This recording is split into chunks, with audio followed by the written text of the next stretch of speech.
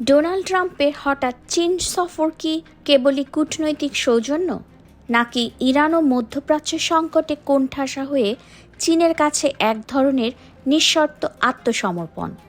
এই সফরের গূঢ় রহস্য এবং ভূ রাজনৈতিক সমীকরণ নিয়ে আজ আমাদের সাথে যোগ দিচ্ছেন সাবেক রাষ্ট্রদূত মাহফুজুর রহমান। কূটনৈতিক অঙ্গনে দীর্ঘ অভিজ্ঞতা সম্পন্ন জনাব মাহফুজুর রহমান আজ আমাদের বিশ্লেষণ করে দেখাবেন হোয়াইট হাউস কেন বেইজিংয়ের দরবারে হাত পাততে বাধ্য হচ্ছে। ট্রাম্পের এই বেইজিং সফরের প্রধান উদ্দেশ্য কি ইরান আমেরিকা সংঘাতের সমাধান খোঁজা? আসলে এই ভিজিটটা তো অনেক আগে থেকে শিডিউল ছিল। বিশেষ করে ট্রাম্প উনি ক্ষমতায় আসার পরই বাণিজ্য নিয়ে বিশ্ব জুড়েই উনি যে অনেকটা তাণ্ডবের মতো করেছেন, যে প্রত্যেকটা দেশের সঙ্গেই তিনি ট্যারিফ বিভিন্নভাবে বাড়িয়ে দিয়েছেন। তখন অন্যান্য সমস্ত দেশ আপনার নেগোসিয়েশন করে কোনো একভাবে সেটা সেটেল করলেও চীন সেটা করেনি, বরঞ্চ চীন উল্টো রিটালিয়েটারি আপনার ট্যারিফ ডিক্লেয়ার করেছে বিভিন্ন আইটেমের এগেনস্টে, যেটাতে আপনার ট্রাম্প একটা বড় ধরনের বাধার সম্মুখীন হয়। তো সেরকম বাধার সম্মুখীন হতে তাকে উল্টো চীনের সঙ্গে সেটা নেগোশিয়েট করার জন্য বসতে হয়।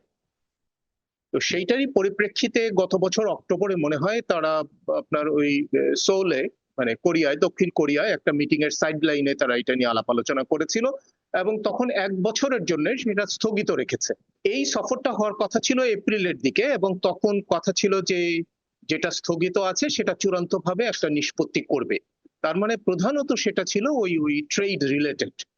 কিন্তু যেহেতু এর মধ্যে বিশাল একটা পরিবর্তন হয়ে গেছে বিশ্বব্যাপী এবং যুক্তরাষ্ট্র ইরানে আক্রমণ করাতে ইরান যুদ্ধ আপনার আমরা সবাই দেখতে পাচ্ছি যে এটা কেমন জটিল আকার ধারণ করেছে। এবং সেই ইরান যুদ্ধে যদিও চীন কোনো পক্ষ না, কিন্তু দেখা গেছে যে চীনও সেখানে পরোক্ষভাবে জড়িয়ে যাচ্ছে এবং এখন কিছুটা মধ্যস্থতার ভূমিকাও সে নিচ্ছে পরোক্ষভাবে। তো সেই কারণে আমার কাছে মনে হয় যে এই ডোনাল্ড ট্রাম্পের সফরে, যেহেতু ইরান যুদ্ধের এখনো কোনো সমাপ্তি ঘটে নাই, ট্রাম্প এবং চীনা রাষ্ট্রপতি তারা পরস্পর আলাপ আলোচনা করার সুযোগ পাচ্ছে। সুতরাং অন্যান্য এজেন্ডা ছাপিয়ে আমার ধারণা এই ইরান যুদ্ধ অথবা ইরান যুদ্ধ বন্ধের প্রস্তুতি অথবা কিভাবে বন্ধ করা যায় সেই সমাধান আলাপ আলোচনার মধ্যে অবশ্যই একটা বড় জায়গা নিয়ে নেবে। চীন ও ইরানের ক্রমবর্ধমান শক্তির সামনে কি আমেরিকা এখন রক্ষণাত্মক অবস্থানে? না, আমার ঠিক সেরকম মনে হয় না। আমেরিকার শক্তি এখনো বিশ্ব পরিমণ্ডলে যদি হিসেব করা হয় তাহলে ইরান কিংবা চীন যে কোনো দেশের তুলনায় এখনো আমেরিকা শক্তিশালী অবস্থানে আছে। তবে স্বাভাবিকভাবেই ইরান যেভাবে প্রতিরোধ গড়ে তুলেছে সেইটা যুক্তরাষ্ট্রের হয়তো এতটা অনুমান ছিল না। এবং ইরানের সঙ্গে আপনার রাশিয়া এবং চীনের অনেক আগে থেকেই একটা অ্যাক্সিস তৈরি হয়েছিল, যেই অ্যাক্সিস এই যুদ্ধে ইরানকে সহযোগিতা করে যাচ্ছে। এবং সে কারণে মার্কিন যুক্তরাষ্ট্র যেভাবে প্রথমে ভেবেছিল যে তার জয় হবে বা জয় ছিনিয়ে নিয়ে সে ফিরবে, সেইটা হয়নি। তো সেইটা না হওয়ার কারণে এই যে এই আজকের এই মিটিংটা ইম্পর্টেন্ট হয়ে দাঁড়িয়েছে এবং আমার কাছে মনে হয় যে এই মিটিং এর উপরে কিছুটা সেই যুদ্ধের ফলাফল বা ভাগ্য নির্ভর করছে। বিশ্ববাজারে তেলের দাম কমাতে চীন কি ট্রাম্পকে সাহায্য করবে? হ্যাঁ, এই ক্ষেত্রে আমি মনে করি এটা দুই দেশই এখানে একমত হতে পারে এবং দুই দেশই যৌথভাবে চেষ্টা করতে পারে যুদ্ধ, বিশেষ করে যুদ্ধের যে অংশের কারণে, অর্থাৎ হরমুজ প্রণালী বলেন বা ওই নেভাল ব্লকেট বলেন, সেগুলোর কারণে তেলের দাম যেভাবে বেড়ে যাচ্ছে, সেইটা হয়তো দুই দেশই চেষ্টা করবে একটা স্থিতিশীলতা নিয়ে আসার জন্য। কেননা এটা যুক্তরাষ্ট্রকে যতটা প্রভাবিত করছে বা এফেক্টেড করছে, ক্ষতিগ্রস্ত করছে, চীনকেও তার চাইতে বেশি পরিমাণে ক্ষতিগ্রস্ত করছে এবং ভবিষ্যতেও করবে। সুতরাং চীনও এই ব্যাপারে চাইবে না যে কোনো রকম স্থিতিশীলতা নষ্ট হোক, দ্রুত তেলের দাম কমে যাক এবং আন্তর্জাতিক বাজারে একটা স্থিতিশীলতা চলে আসুক। এটা চীনেরও একটা প্রায়োরিটি থাকবে। তাইওয়ান ও প্রযুক্তি যুদ্ধে কি ট্রাম্পকে বড় কোনো ছাড় দিতে হবে? এটা একটা খুবই জটিল একটা প্রশ্ন এবং উত্তরটাও অনেকখানি জটিল। আমি হয়তো সহজে এই প্রশ্নের কোনো উত্তর দিতে পারবো না, কেননা তাইওয়ান ইস্যু চীনের জন্য one of the major issue, যে এখানে চীন কোনো রকম ছাড় দেওয়ার জন্য প্রস্তুত না। এর জন্য প্রয়োজনে চীন যুদ্ধ করতে পারে। এই ক্ষেত্রে যুক্তরাষ্ট্র কিভাবে এগুবে বা কোন কৌশলে এগুবে সেটা একটা বড় প্রশ্ন। হয়তো সবচেয়ে ভালো সমাধান হবে যে তারা দুই পক্ষের কেউই তাইওয়ান প্রশ্নে যদি কোনো রকম আলাপ আলোচনা না করে অথবা সীমিত আলাপ আলোচনা করে, যেটা কোনো সিদ্ধান্ত আকারে না গিয়ে বরঞ্চ একটা স্ট্যাটাস কো ধরে রাখতে পারে। টেকনোলজির ক্ষেত্রে এটা আবার টোটালি ডিফারেন্ট, কারণ এইটা আপনার ট্রেডের সঙ্গে শুধু রিলেটেড তা না, এইটা হলো পরবর্তীতে বিশ্বে কে রাজত্ব করবে তারও অনেকখানি সেটার উপর নির্ভর করছে। কারণ এখন পর্যন্ত চীন প্রযুক্তির ক্ষেত্রে পিছিয়ে আছে যুক্তরাষ্ট্রের তুলনায়, এবং চীন চায় যে যুক্তরাষ্ট্রের উন্নত প্রযুক্তির সহায়তা নিয়ে সে তার প্রযুক্তি, বিশেষ করে যে আর্টিফিশিয়াল ইন্টেলিজেন্স, সেটাকে সমৃদ্ধ করতে। যুক্তরাষ্ট্রের আবার আপত্তিটা এই জায়গাতেই। যুক্তরাষ্ট্র চায় যে এই প্রযুক্তিকে সামনের দিকে এগিয়ে নিয়ে যাওয়ার জন্য যে ওই যে রেয়ার আর্থ ম্যাটেরিয়াল যেগুলো প্রয়োজন হয়, এখানে প্রায় 40টার মতো আপনার ম্যাটেরিয়াল আছে, যে মেটাল আছে, যেগুলো আপনার এই এআই প্রযুক্তিকে সামনে এগিয়ে নিয়ে যাওয়ার জন্য প্রয়োজন হয়। তো এইগুলোর 60% বেশি আপনার মজুদ হলো চায়নাতে। সুতরাং যুক্তরাষ্ট্র চায় যে সেইগুলো যেন চায়না সহজে ছাড় করে, কিন্তু চায়না চায় যে তারা যেন যুক্তরাষ্ট্রের প্রযুক্তি মার্কেটে ঢুকতে পারে, এবং ওই যে এনভিডিয়া যারা আপনার উন্নত মানের ইলেকট্রনিক চিপ সরবরাহ করে, তারা যেন অবাধে চীনে সেই চিপটা সরবরাহ করতে পারে। ইন্টারেস্টিং হলো এই চিপের অধিকাংশ আবার তাইওয়ানে নির্মিত হয়, কিন্তু তাইওয়ান এবং চীনের সরাসরি ট্রেড না হয়ে এইটা তাইওয়ানে নির্মিত হওয়ার পরে যুক্তরাষ্ট্রে চলে যায়, এবং যুক্তরাষ্ট্র ওইটার উপরে একটা লেভি বসায়। লেভি বসানোর পরে ওইটা আবার চীনে আসে। তো যুক্তরাষ্ট্রের সেইখানে ওই লেভিটুকু হলো যুক্তরাষ্ট্রের লাভ। তো সেইখানে যুক্তরাষ্ট্র এখন একটা নিয়ন্ত্রণ আরোপ করতে চাচ্ছে, যাতে খুবই উন্নত ধরনের ওই ইলেকট্রনিক চিপ যাতে চায়নার হাতে চলে না যায়। এইটার উপরে নির্ভর করতেছে, কারণ ভবিষ্যৎ পৃথিবী সেই নিয়ন্ত্রণ করতে পারবে যার আর্টিফিশিয়াল ইন্টেলিজেন্সের উপরে দখল থাকবে। তো সেইখানে একটা বিশাল লড়াই এই যুক্তরাষ্ট্র এবং চীনের মধ্যে রয়ে গেছে। এইটা আমি জানি না যে শেষ পর্যন্ত কোন দিকে যাবে।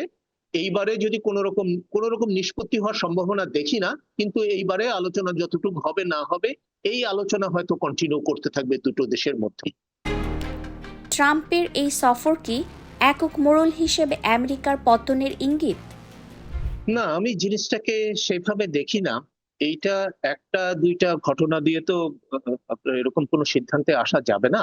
প্রথম বিশ্বযুদ্ধটা যখন হলো, তারপরে আপনার লিগ অফ নেশনস এর তৈরি হলো, যাতে প্রথম এই ধরনের বিশ্বযুদ্ধ আর না হয় এবং দেশে দেশে শান্তি বিরাজ করে। কিন্তু সেখানে একটা লিমিটেশন ছিল, যে সেখানে তারা দিলেন সোভিয়েত ইউনিয়নকে অন্তর্ভুক্ত করে নাই। তো না করার কারণে কিন্তু এই শেষ পর্যন্ত দ্বিতীয় বিশ্বযুদ্ধ হয়ে গেল। তো দ্বিতীয় বিশ্বযুদ্ধে তখন তারা এটা কারেক্ট করার চেষ্টা করলো, এবং লিগ অফ নেশনস এর জায়গায় তারা সেখানে জাতিসংঘকে নিয়ে আসলো।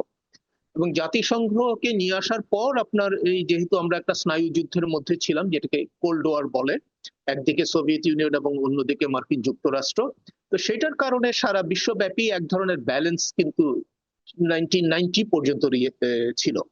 তারপরে যখন আপনার বার্লিন ওয়ালের পতন হলো, সোভিয়েত ইউনিয়ন ভেঙে গেল, হ্যাঁ, তখন থেকে মানে 1990 থেকে আপনার অনেকে বলে যে এখন একটা একপাক্ষিক বিশ্ব আমরা দেখতে পাচ্ছি, যেটার নেতৃত্বে ছিল মার্কিন যুক্তরাষ্ট্র স্বাভাবিকভাবেই। তো সেই অবস্থা থাকার সময় থেকেই এখন পর্যন্ত অ্যাকচুয়ালি এটা একটা ট্রানজিশন চলছে। কারণ তখন থেকেই সবাই মনে করছে যে এখন আর জাতিসংঘের অ্যাজ এন ইন্টারন্যাশনাল অর্গানাইজেশন রেলেভেন্সটা কমে গেছে। 100 বছর আগে বা 50 বছর আগে পৃথিবী যেরকম অবস্থায় ছিল, সেখান থেকে এখন কিন্তু যথেষ্ট পরিমাণ এবং খুব দ্রুত বিশ্ব পরিবর্তিত হচ্ছে। এই পরিবর্তিত অবস্থার জন্য হয়তো জাতিসংঘ এখন আর রেলেভেন্ট অর্গানাইজেশন এটা অনেকে মনে করে না। সেই জন্য এটার একটা পরিবর্তন দরকার। কিন্তু এই পরিবর্তনটা মানে ওই 1990 থেকেই ক্রমান্বয়ে লোকজন ফিল করছে, এবং আস্তে আস্তে পরিবর্তনটা হচ্ছে। এবং আপনি দেখবেন যে চীন ক্রমান্বয়ে সেই বেল্ট এন্ড রোড ইনিশিয়েটিভ দিয়ে তারা চেষ্টা করছে যে তাদের যে কারেন্সি, সেই কারেন্সিকে ব্যবহার করার জন্য আন্তর্জাতিক বাণিজ্য, বিশেষ করে আফ্রিকার দেশগুলোর সঙ্গে তারা যখন বাণিজ্য করে, কিংবা যে সমস্ত দেশের সঙ্গে ইউএস এর স্যাংশন আছে, যেমন ইরান, রাশিয়া, সেই সমস্ত দেশের সঙ্গে যখন বাণিজ্য করা হয় তখন আপনার চীন চেষ্টা করে চীনের কারেন্সি ব্যবহার করার জন্য। এই যে ডলারের বিপরীতে অল্টারনেট একটা কারেন্সি মার্কেটে চলে এসছে, এইগুলো হলো আপনার বিশ্ব ব্যবস্থা পরিবর্তনের ইঙ্গিত। ইন্টারেস্টিং হলো এই শুধুমাত্র চীনা কারেন্সি না, এর বাইরে আপনার এখন ক্রিপ্টো কারেন্সি অনেকে ব্যবহার শুরু করেছে অনেকগুলো দেশ, এবং এই যত স্যাংশন বাড়বে তত এই ধরনের কারেন্সির আপনার ব্যবহার বেড়ে যাবে। এইগুলি সবকিছু মিলে হলো পরিবর্তনের ইঙ্গিত। এখন দেখেন এই যে ইরান যুদ্ধে, ইরানের মতো একটা মানে 14 নম্বর 15 নম্বর সমরশক্তির একটা দেশ, কিন্তু যুক্তরাষ্ট্র তাকে সম্পূর্ণভাবে পদানত করতে পারে নাই। ইরানের প্রতিরোধের কাছে যুক্তরাষ্ট্রকে পিছিয়ে যেতে হয়েছে। সেই সমস্ত বিবেচনা করলে অনেক রকম ইঙ্গিত আপনি পাবেন, যেগুলি দিয়ে বোঝা যায় যে বিশ্বে একটা পরিবর্তন আসছে। বিশ্বের চূড়ান্ত পরিবর্তনটা কিভাবে আসবে এইটা নোবডি নোস। আগের ট্রেডিশনাল ওয়েতে যদি হতো তাহলে আমরা ধরে নিতাম যে হ্যাঁ, যুক্তরাষ্ট্র যে কারণে শক্তিশালী ছিল, সোভিয়েত ইউনিয়ন যে কারণে শক্তিশালী ছিল, এখন হয়তো চীন সে কারণে শক্তিশালী, সুতরাং চীনের হাতে হয়তো এখন বিশ্ব নেতৃত্বের ভার চলে আসবে। কিন্তু এটা নাও হতে পারে, মানে অনেক বিচিত্র রকম ঘটনা এর মধ্যে ঘটে যেতে পারে, এবং এগুলি মোস্টলি হতে পারে হলো টেকনোলজি কেন্দ্রিক। সেইখানে যদি চীন আপনার আধিপত্য বিস্তার করতে না পারে টেকনোলজিক্যাল ইনোভেশনে, তাহলে চীন অত সহজে সেই জায়গাটায় পৌঁছতে পারবে না। তবে হ্যাঁ, আপনার অনেকগুলো ইঙ্গিতের মধ্যে অবশ্যই যুক্তরাষ্ট্র যে চীনে যাচ্ছে আলাপ আলোচনার জন্য, এবং এই আলাপ আলোচনায় অনেকে যেখানে মনে করছেন যে চীনের একটা আপার হ্যান্ড আছে, তার মানে কিছুটা পরিবর্তনের ইঙ্গিত তো এটা অবশ্যই বহন করে। সাবেক রাষ্ট্রদূত মাহফুজুর রহমানের বিশ্লেষণ থেকে এটা স্পষ্ট যে বেইজিংয়ের রেড কার্পেটে ট্রাম্পের উপস্থিতি কেবল সৌজন্য নয়, বরং এক নতুন বিশ্ব ব্যবস্থার স্বীকৃতি।